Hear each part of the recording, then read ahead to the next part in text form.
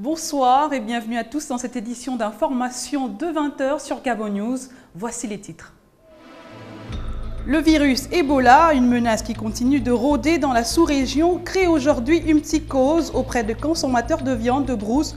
Pourtant, aucun cas détecté au Gabon, une situation plutôt accablante pour les commerçants. On parlera également du Gabon convoité par ses ressources minières, reste encore pour beaucoup d'Occidentaux une destination touristique peu connue.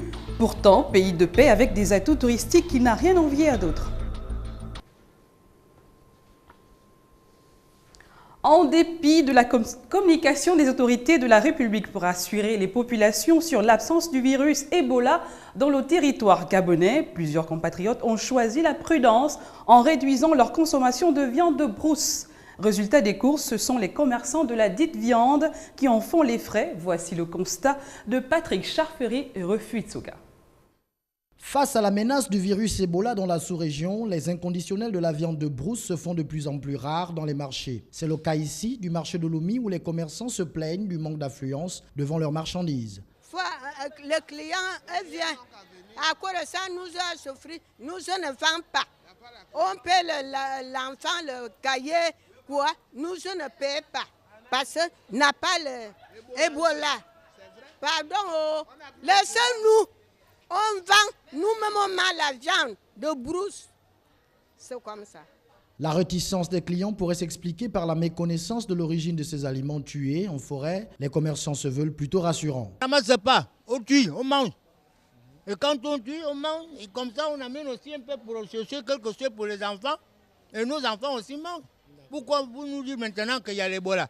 Si vous avez amené l'Ebola là où vous avez amené la maladie, amenez ça là où vous avez amené ça et gardez ça pour vous.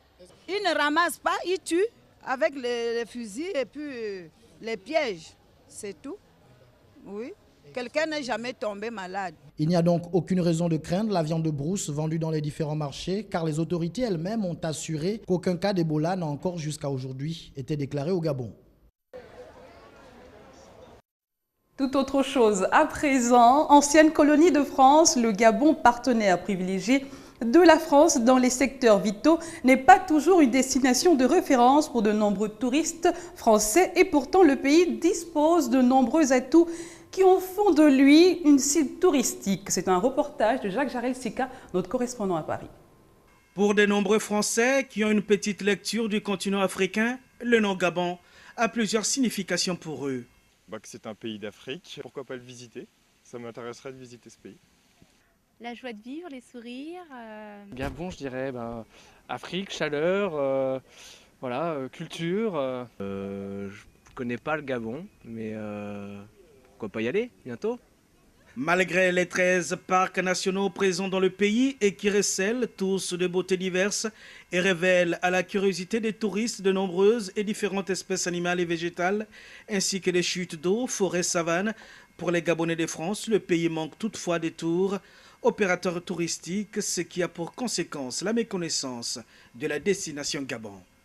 Le tourisme en fait n'est pas développé au Gabon. Alors moi je fais des études de tourisme et ça me déçoit vraiment que quand je pose des questions sur mon pays aux gens, par exemple, est-ce que vous connaissez le Gabon? Ils me répondent tous non, alors que c'est un très beau pays, on a beaucoup de ressources et c'est vraiment joli. J'aimerais beaucoup que cet aspect-là soit développé en fait chez nous. Ce manque est l'une des raisons du coût plutôt élevé des tarifs proposés par les agences de voyage qui pourraient être plus intéressants pour les visiteurs s'il y avait de la concurrence dans le secteur. Libreville, Port-Gentil et Francéville regroupent la plus large partie de la clientèle européenne avec une proportion de l'ordre de 70%, la part de la clientèle française étant dominante. Restons toujours à Paris. Le président du Conseil des Gabonais de France, Istovan Kogé, a présenté cette semaine à Bordeaux l'association dont il a la charge pendant 2 ans à la communauté gabonaise de la Gironde. C'est des précisions avec Jacques Jarel-Sika, notre correspondant à Paris. Cette initiative intervient 7 mois après l'installation du nouveau bureau du CGF qui a pour objet, entre autres, d'aider à la protection, à la sécurisation et à la défense des intérêts des Gabonais par les autorités consulaires du Gabon en France. Et le message du président de cette association laïque, sans but politique, religieux ou syndical, à ses compatriotes au bord de la Garonne, a été d'une clarté biblique. L'un des objectifs que s'est fixé le CGF, c'est d'être au plus proche des Gabonais. Et donc c'est à nous d'aller à la rencontre de nos compatriotes qui sont majoritairement en province. C'est donc pour cette raison que nous nous sommes déplacés à Bordeaux aujourd'hui, afin que les Gabonais continuent à découvrir le CGF et à nous confier leurs préoccupations. Pour les Gabonais de la Gironde, visiblement satisfaits, recevoir une délégation du CGF à Bordeaux est très important pour comprendre enfin l'intérêt de cette association qui est un véritable lien entre la diaspora gabonaise de France, qui représente environ 10 000 personnes, et les autorités diplomatiques et consulaires du Gabon. C'est une immense joie de recevoir aujourd'hui le bureau du Conseil des Gabonais de France. Donc voilà, nous les remercions d'avoir choisi la ville de Bordeaux. Avant, je ne connaissais pas cette association. Et aujourd'hui, nous l'avons connue et on trouve que c'est une très bonne initiative. Pour ce qui est de la population girondine, il n'y a pas de souci. Nous sommes prêts déjà à accompagner le CGF. Créé en 2005, le CGF fédère toutes les associations gabonaises de France. Jusqu'à présent, il s'adressait beaucoup plus aux étudiants, ce qui est normal, car 70% de la population gabonaise de France est étudiante ou stagiaire. À la recherche des solutions pour la jeunesse gabonaise, l'Union des jeunes du Parti démocratique gabonais est allée visiter les aires de jeu et le lycée scientifique de Bitam en cours de livraison. Les détails avec Kenyon Gori et Justin Bitegui. Des sites qui auraient pu servir en cette période de vacances à la jeunesse bitamoise se trouvaient abandonnés dans un état de délabrement avancé. Au moment où la délégation de l'Union des jeunes du Parti démocratique gabonais s'engage à travers le Gabon à la recherche d'une jeunesse responsable, le constat est triste. Les aires de jeu construites il y a quelques années ne servent presque pas à celles-ci vu leur état. Le plateau sportif des jeunes qui avait été réhabilité par l'épouse de l'ancien ministre Ndemozo René. Et de l'autre côté là-bas, véritablement c'est un terrain de handball qu'il faut aussi réhabiliter. L'école, symbole de la réussite par excellence, connaît également ses soucis. Ici, le nouveau lycée scientifique de la ville, pourtant fini et équipé depuis 6 ans maintenant, n'est toujours pas livré. Une situation très complexe au moment où le lycée Simon Oyono-Aba, le plus grand de la ville, connaît le problème d'effectifs pléthoriques et se trouvait dans un état de vétusté. La délégation de l'Union des jeunes du Parti démocratique gabonais, surprise par ce joyau équipé en matériel et même en aire de jeu, se trouve sans voix au moment de constater les 6 années sans fonction d'un projet né des fêtes tournantes dans la province du Walentem. Selon certaines sources, l'approvisionnement en eau et en électricité se trouve être à 100 mètres de là. Il faut pour l'État un montant de près de 400 millions pour sa réalisation. Mais entre ce projet et la bataille politique, le second semble plus important au détriment de la jeunesse. La désolation suite au constat de ce qui s'apparente à une fuite du ministère de l'Éducation nationale reste pour la délégation de l'Union des jeunes du Parti démocratique gabonais et la jeunesse de cette ville telle une sauce sans condiment. Restons toujours avec le délégué national lors de son passage dans la ville de Bitam et comme partout ailleurs, il est de coutume que l'UJPDG reçoit la jeunesse pour échanger sur la notion de responsabilité. La commune de Bitam n'a pas dérogé à la règle, les jeunes sont venus très nombreux apprécier le message de Vivien Amos Peya. Kenyon Gori, Justin Bitegui. La ville de Bitam, dans le Grand Nord, a reçu la délégation de l'Union des jeunes du Parti démocratique gabonais dans le cadre de sa caravane lancée il y a quelques mois à travers le pays afin de toucher le maximum de jeunes dans la diffusion de son message axé sur la responsabilité. Les jeunes réunis pour la circonstance dans le centre de lecture et d'animation culturelle ont saisi cette opportunité pour confirmer leur attachement aux idéaux du président de la République. Nous vous réitérons notre attachement indéfectible aux idéaux politiques prônés par le distingué camarade président du Parti démocratique gabonais qui conduit le train de l'émergence pour un avenir en confiance. Nous, jeunes de Bitam, occupons avec fierté le 9e wagon. Les jeunes ont par ailleurs saisi cette opportunité pour faire du délégué national leur fidèle porte-parole auprès des plus hautes autorités de la République afin que des solutions à leur malaise soient trouvées. Ce message d'un grand frère, d'un père de famille, d'un ami, un message qui est allé à l'endroit des frères surtout.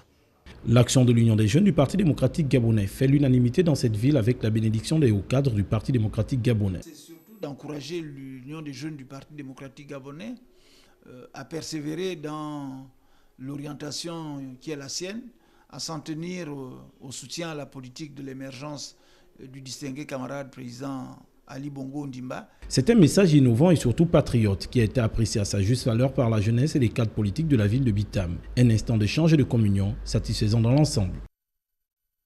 Refermons ce journal avec du sport. Après 2 ans d'absence, le club Canon 105 revient en première division. Il est décidé à faire bonne figure cette saison 2014-2015. L'équipe s'active et affûte ses armes pour marquer son retour. C'est un reportage de Marvin Beryl et Justin Bitégué. L'efficacité et la compétence sont de retour en première division du championnat de football. Après son absence pendant 2 saisons, le mythique Canon 105, le club le plus titré du Gabon, fait son comeback. Cette formation, qui fait partie de l'histoire du football gabonais, a su prendre son mal en patience. Un projet nourri et mûri pendant 2 ans avec des acteurs tels Yannick Larry, le capitaine, Étienne Bito, Georges Akérémy ou encore Arsène Marcolino, la légende est de retour. Vous savez que le FC 105 a un passé, c'est le club le plus titré du Gabon. Donc revenir comme ça en première division, c'est pas pour venir faire de la figuration, c'est justement pour essayer d'abord de se maintenir et puis essayer de voir si on peut aller plus loin. Depuis déjà 2 ans, nous cherchons à monter en première division. C'est un projet qu'on a eu déjà depuis 2 ans. Bon, par la grâce de Dieu, nous avons obtenu ce ticket pour la première division. Concernant l'effectif qui devra mener à bien ce projet, le coach adjoint rassure. Je pense qu'on a déjà une base avec ceux qui ont joué la 2e division, ceux qui ont vu nos matchs en 2e division, plus des joueurs qui vont être recrutés à l'extérieur et au niveau national. Donc avec ça, je pense qu'on va faire un bon groupe homogène pour pouvoir jouer ce championnat de première division. Créé en 1975 par le général Idriss Ngari, le Canon 105 reste encore le club qui détient le plus grand nombre de participations en compétition africaine.